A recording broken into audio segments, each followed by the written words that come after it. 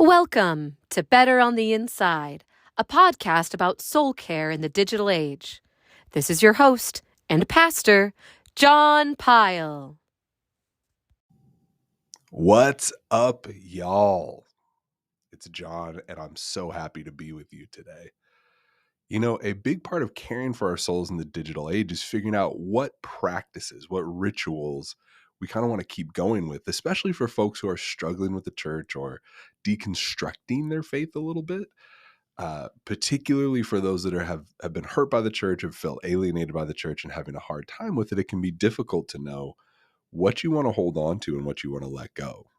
The analogy that I've used before is I've likened deconstruction to putting everything on the table, all of your religious stuff on the table, all of your spiritual stuff on the table, all of your church stuff on the table. And there are kind of two modes of deconstruction that people use. For some people, they put it all on the table and then they slowly take things off from their traditions, and what they want to keep stays on the table.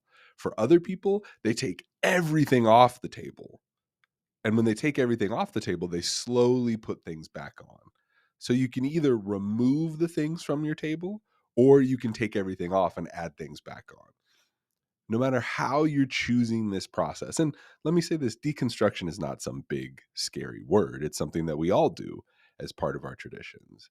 No matter how you worship, you always are adding, changing. Like, your prayer time shouldn't be the same for 40 years. Reading scripture shouldn't be the same for an extended period of time. You've got to change it up. That's just part of life. And so that is the deconstruction process that people are going through. I think people are just going through it in mass. And I think people are going through it very intensely and caused by a lot of the hurt that's caused people to look up and decide, what do they want to keep on their table? And so my conversation today I have with a woman named Traci Rhoades. And Traci Rhoades has her website, tracesoffaith.com. She's written books, Not All Who Wander Spiritually Are Lost, and Shaky Ground. And for Traci, this conversation that we have is so good for a lot of different ways. But one of the overarching themes of the conversation that we have is about this idea of how we can tap into other, even unexpected faith practices and faith traditions to find meaning and joy and love for ourselves.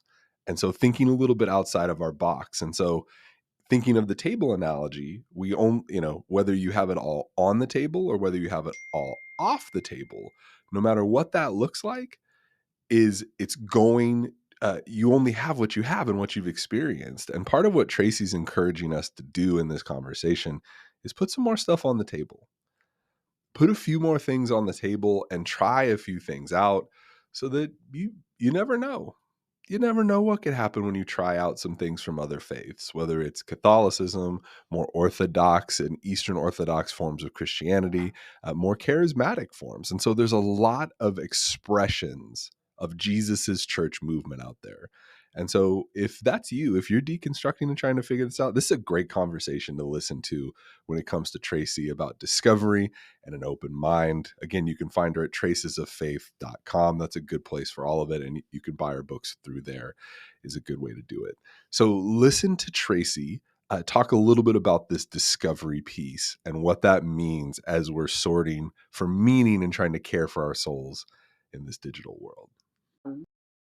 The especially Not All Who Wander, many of the books or stories in that book are the church journey that I had taken since 2014. I mean, it goes back further, but what I ended up writing a lot about that you'll see reflected in both books very prominently is my awakened awareness of the greater church.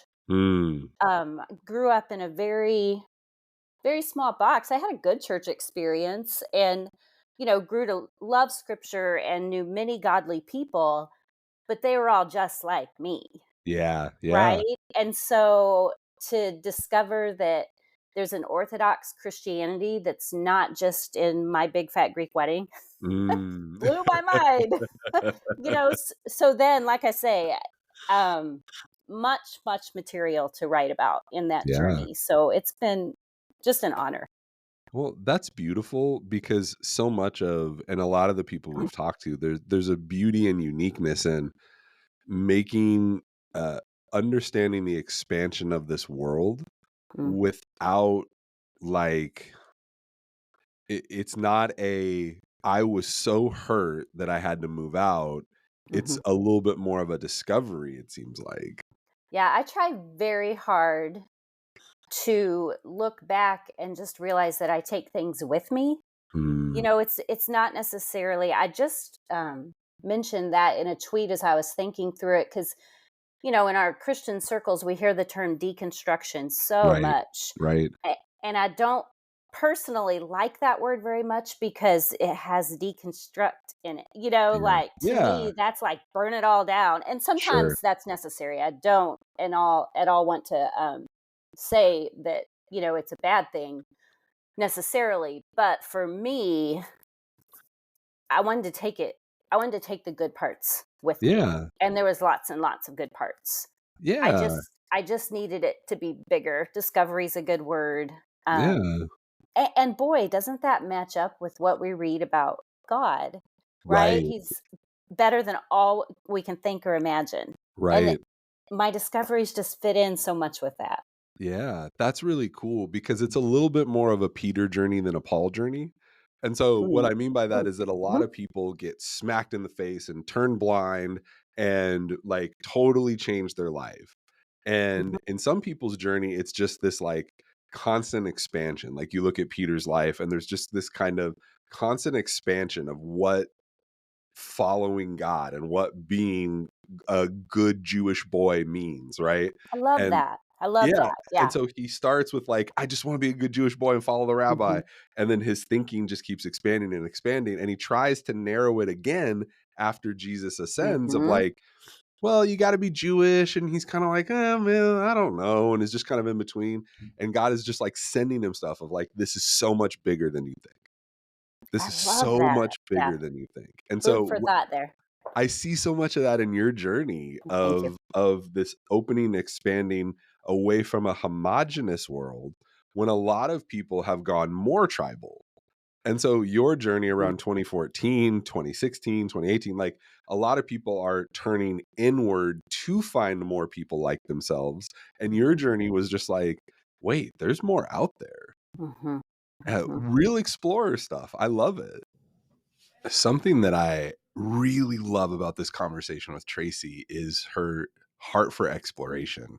And at some point we joked around and it didn't make the episode about her having a traveling worship show where she'd be able to go around to different traditions and different practices and just embrace what they're doing. And she'd be a great example of that. But one of the things that our conversation unlocks is this idea that all traditions contain some ancient truth, and maybe not all traditions, but many of the common Christian practices that you see in your area, whatever they might be, Baptist, Anabaptist, Methodist.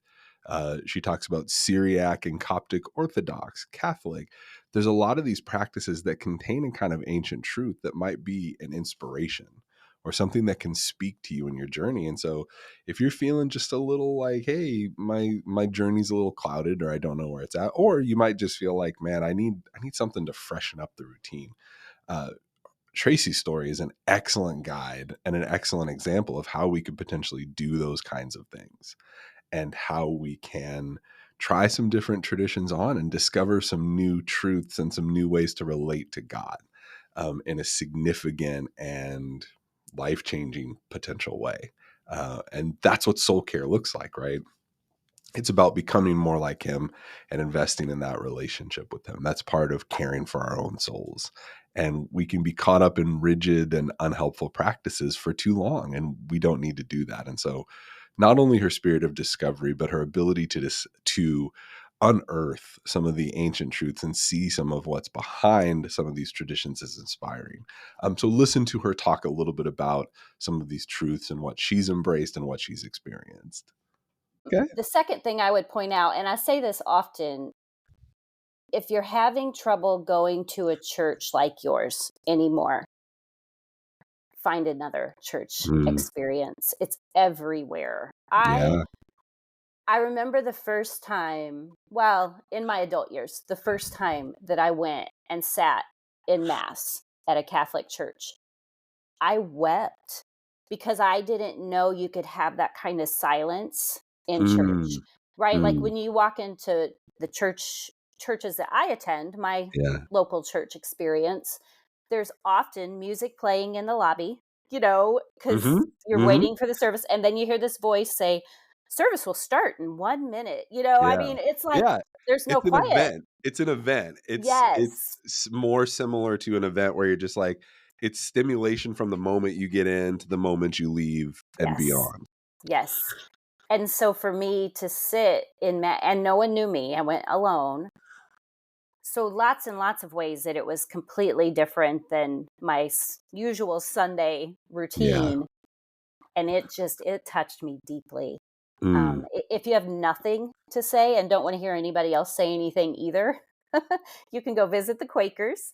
They have Yeah. an unprogrammed service where you, for about an hour, people will only speak if they feel the Spirit leads them to. There's no pastor, there's no music. And the one time that I attended, no, the Spirit didn't lead anyone to speak. Wow. I had my 12-year-old daughter with me. And she did it for about 5-10 minutes, and then I'm just getting this, like toe tap or this elbow in the side, like, well, Yeah, yeah, is this yeah. almost over, kind of thing. So there's just a beautiful, beautiful variety of experiences that we can have in churches. And Yeah. so I think, it's a wonderful way for God to meet us where we Yeah. are, even in a Wow. service. That's really cool, and it Mhm. makes me think, Hagar is Sarah's servant, I think, Mhm. that gives birth to Ishmael, Yeah. and it makes me think of God meeting her in the Yeah. wilderness running away, Yeah. and that's always moved me, Mhm. in a sense that that's not where you would look for God, right? Mhm. Fleeing in the wilderness, you got a baby, like you're in a mess, just in Yeah. the just a messy situation, and there's so much compassion there, and so I love the idea that God will meet you where you are, Yeah. and then I love the idea of exploring, like finding an expression, because there are as Too. many expressions of church as there are like diversity in this country, and so finding an expression of church that does work for you, and the idea of a Quaker service, I love that idea in, like, knowing myself, I love that idea in theory. If I was sitting there, I would probably be like, "Okay, who's gonna talk?" Like, well, I'm Yeah, so used to programmatic kind of for stuff. sure. For sure. Yeah. Um, The first, I don't know, maybe 20 minutes, I was like, I love hymns. And so yeah, I was singing a few hymns in my head, and then I'd try to pray and that, maybe Lord's Prayer. I mean, yeah, anything I could yeah, come up with because my mind certainly wasn't like emptied. I don't know if that was the goal or not, but, but it was a different experience for sure. yeah. Well, I mean, silence is so powerful, and you talked Mm-hmm. about a mass and, like, the way that different traditions do it, and different traditions extending what we would say from the same thing, from the same event, from the same church, right? These Mm-hmm. different traditions have developed over the years and created these rituals that are so meaningful. And they can mean something to you even if you've never been raised in it. And Absolutely. so, yeah, and Absolutely. so we're Yeah. in a very Catholic city, San Antonio, and so Mhm. not having a lot of exposure to Catholicism, like, I'm the guy that when, Ash Wednesday happened when I was in college, I'm like, "What is happening? Is there, like, a secret society going on? Like, what's the Exactly. deal with the Yep. ashes?" Yep. But there's beauty in recognizing I I don't I don't think core truth is the right word, but there's beauty in recognizing the meaning in these other rituals that maybe you weren't exposed to. Maybe ancient truth is a Yeah. good word. Yeah, That's a because it's especially in the evangelical world, I feel like it's something we've lost touch with, but it's mm, our heritage too. yeah. Yeah. Why do you think that is? Why have we lost touch with that ancient sense of truth and and wisdom, beauty, like that. We kind of got into it with the programmatic idea of just like when we go to church, it is more event focused and it's efficient. And I Mhm. would say effective is a good word of just like we kind of know what we're going to get. It's this. Why do you think those kinds of things are not part of most evangelical experiences?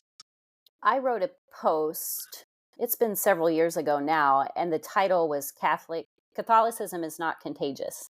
Mm, And I went on in the article to talk about the beauty of some of the things that they still use as spiritual practices that they right. still offer in their Sunday, Saturday night worship services, Yeah. and how we could benefit from them. And I think the reverse is true too. I never, Sure.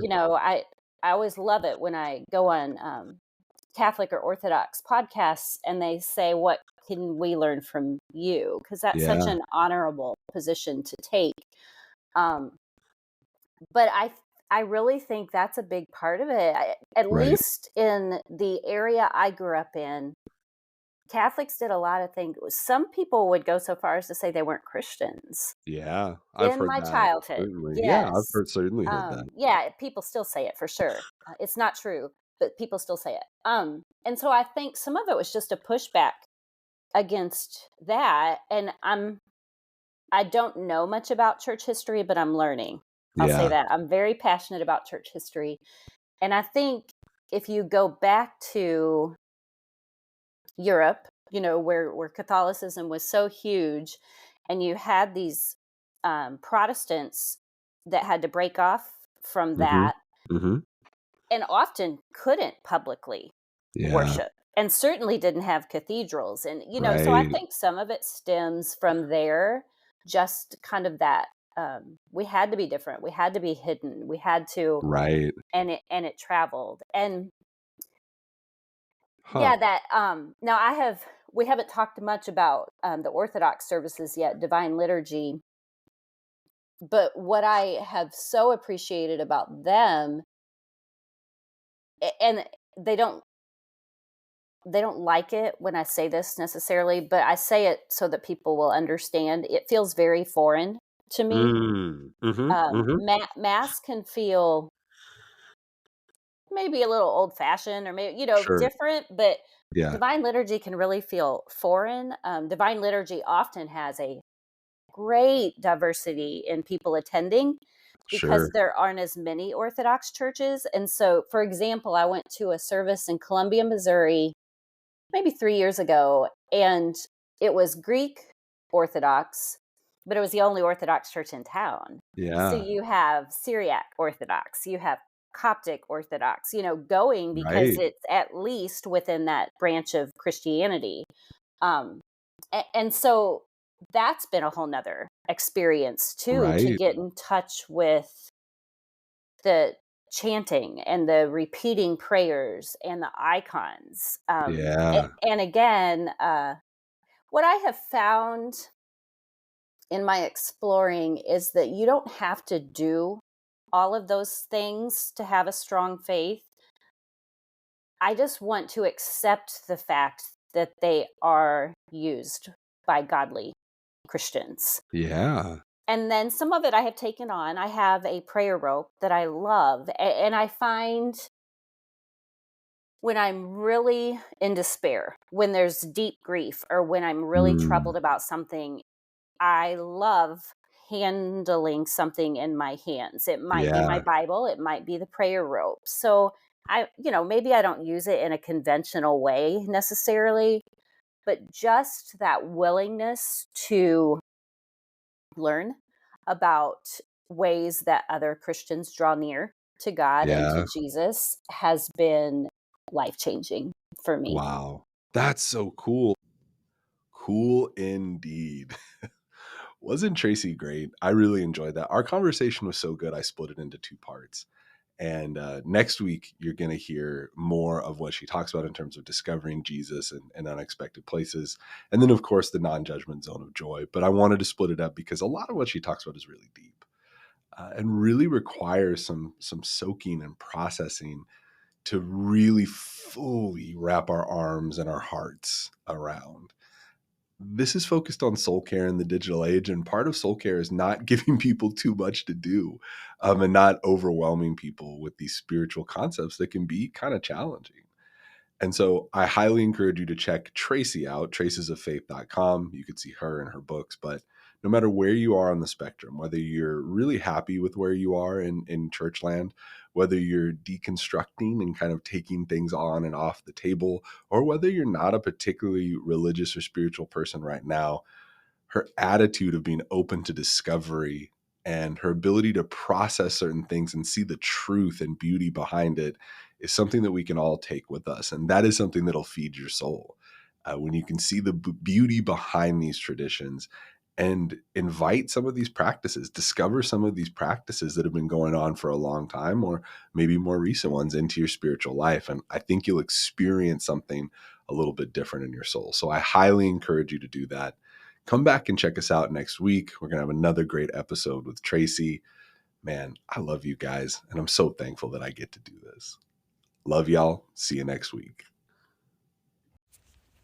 Thank you for listening to Better on the Inside. Please take a moment to rate and review the podcast wherever you're listening. And don't forget to subscribe so you never miss an episode. Send your questions and comments to Jon, Jon, at betterontheinside.com.